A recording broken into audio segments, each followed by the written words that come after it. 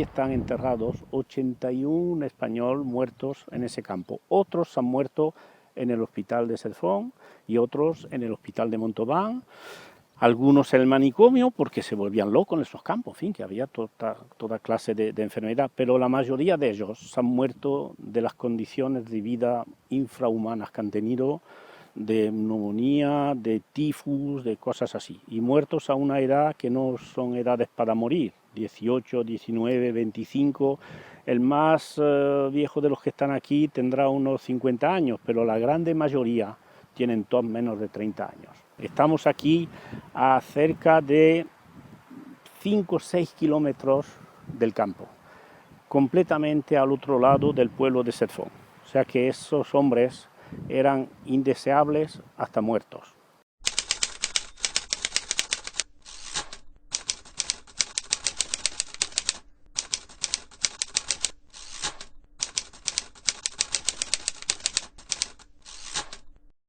Son una juventud muy politizada, y eso lo han hecho porque la lucha que llevaban ellos era una lucha contra el fascismo, sabían contra qué se luchaban. No luchaban contra Franco y el yugo y las flechas, luchaban contra el fascismo internacional.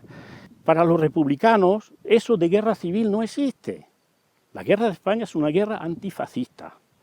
Un país invadido por tropas moras, alemanas, italianas, portuguesas. Elementos de guerra civil hay, pero como todos sitios. En Limoges, 600 milicianos, la resistencia enfrente. Los franceses han pegado más tiros a otros franceses, ya ves. Cuando llegan las tropas de África del Norte, igual, pero no se habla de guerra civil en Francia. Lo que hay que transmitir a la juventud son cosas justas. Y eso de guerra civil es un tema típicamente fascista. A lo primero, el fascismo le da el tema ideológico a la Iglesia. Y hablan de cruzada, eso es lo que conoce la Iglesia, una cruzada, hasta los años 60. Y a partir de los años 60, ese tema de cruzada ya no suena muy bien, y entonces van a hablar más de guerra civil, de dos bandos. Para los fascistas españoles tiene la ventaja de esconder la intervención extranjera, que es decisiva. Sin la intervención extranjera no pierde la guerra república. Es decisiva, y eso de guerra civil echa de lado esa intervención extranjera, y encima estas potencias europeas, Francia, Inglaterra y otros, hombre, es una guerra civil, no podemos intervenir en asuntos interiores, ¿ves? ¿Comprende? Y ese tema de guerra civil, por eso, pero yo no he visto, mi padre no me ha hablado de guerra civil, mi padre luchaba contra los moros, los italianos, no. Y cuando ves tú los carteles de la República, que son una alpargata catalana pisando el símbolo del nazismo alemán, una bota italiana pisando España, unos nacionales con un barco, que hay en ese barco? Moros, alemanes, el Vaticano, italianos, todos esos temas para nosotros son muy importantes. Nuestros padres se han callado demasiado tiempo, porque es así, pero hoy las cosas las tenemos que decir muy claras. Cuando llegaron a la frontera, la primera cosa que hicieron era separar las familias, y eso no se entiende si no se sabe por qué. Cuando Franco, estando todavía en Burgos, la Tercera República va a reconocer el gobierno de Franco, y estamos el 27 de febrero 39, España está todavía en la guerra, hasta abril. Y al reconocer el gobierno de Franco, le va a dar cierta importancia, por ejemplo, le va a devolver a Franco todo lo que se traen los republicanos a Francia, se lo devuelven.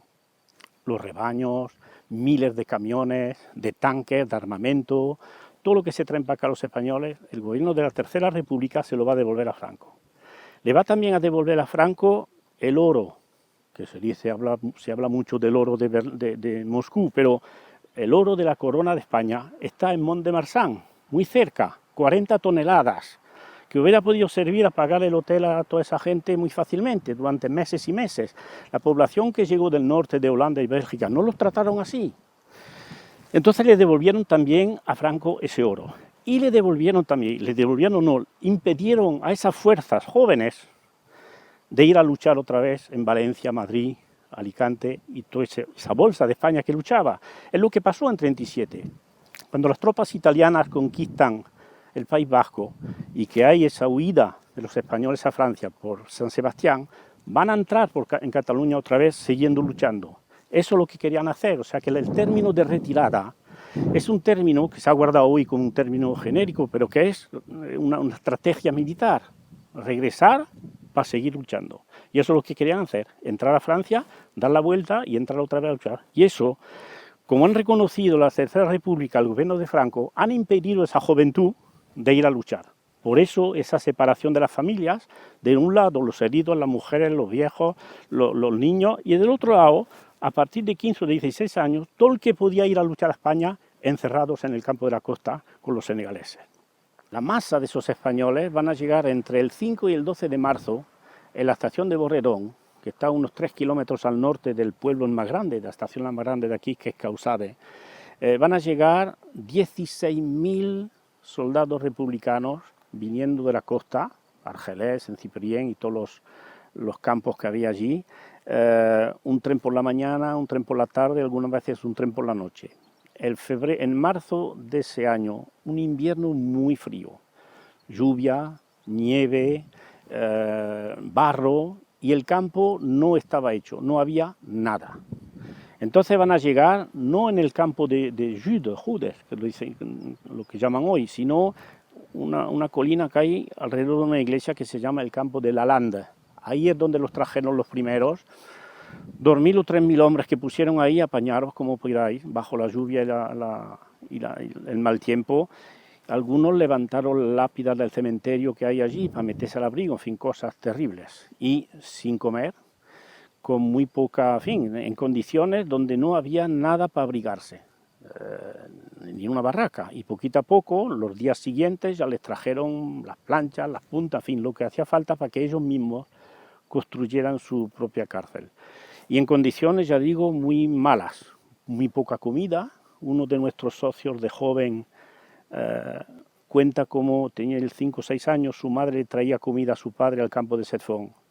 Y se acuerda él de recuerdos de niño, de esa mujer, le había comprado sardinas a su marido, le había limpiado la cabeza, en fin. Y ese hombre regañándole a su madre, aquí tú no me haces eso, aquí lo dejas todo, aquí nos comemos todo. O sea que las condiciones de vida de ese campo eran terribles, de enfermedades y de mal comer, en fin. Lo peor de lo que puede ser. Eran campos de concentración y merecían bien esa palabra. La verdad es que aquí eran todos indistintamente rojos. Y estamos en un periodo donde la xenofobia y el racismo son muy importantes. O sea que en Francia los periódicos de derechas, aunque estamos a la fin del Frente Popular, 39 ya quedan solamente los socialistas y unos cuantos radicales, los radicales terminarán por gobernar solos, y estamos en un periodo donde la derecha está empujando, escribiendo artículos diciendo detrás de los Pirineos es África, en fin, unas cosas muy, muy terribles, achacándole a los rojos, que mataban a las mujeres, que mataban a los curas, que violaban las monjas, en fin, todo lo que se ha podido escribir sobre ese episodio.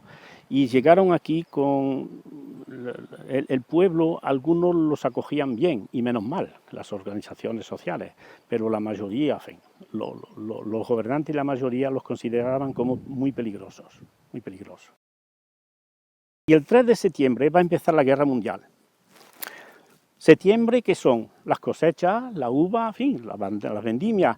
Francia va a movilizar su juventud y los va a mandar a la frontera.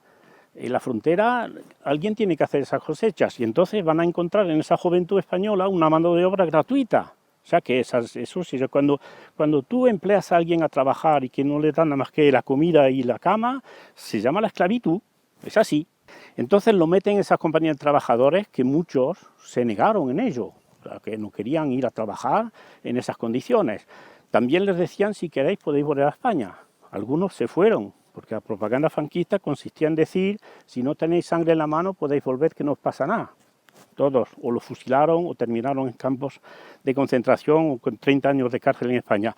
O meterse en la Legión no, las compañías de marcha. Y hubo muchos también que se alistaron. Cuando han organizado la Tercera República, las compañías de trabajadores las han mandado muchos de ellos en la línea Maginot, para fortificaciones. Cuando los alemanes le dan vuelta a la línea, pues van a capturar un montón de españoles, un montón. Y para un nazi, un español es un aliado. Franco, español, es un aliado. Entonces le van a pedir a Franco, ¿qué hacemos con vuestros ciudadanos? Y lo que va a contestar Franco, por lo menos su cuñado Serrano Suñer, es no reconocemos a esos españoles como tal. Haced lo que queráis con ellos, si encontráis dirigentes no lo mandáis, es lo que hacen, con Pains y otros que van a fusilar. Y entonces esos españoles se encuentran sin país, sin nacionalidad, son apátridas, y para un nazi una apátrida merece un triángulo azul con la S de España, y se los llevaron al campo de Mauthausen, que se volverá el campo de los españoles, más de 7.000. Allí morirán muchísimos, y no es por eso se han encontrado mucho tiempo. Mi padre no ha tenido patria.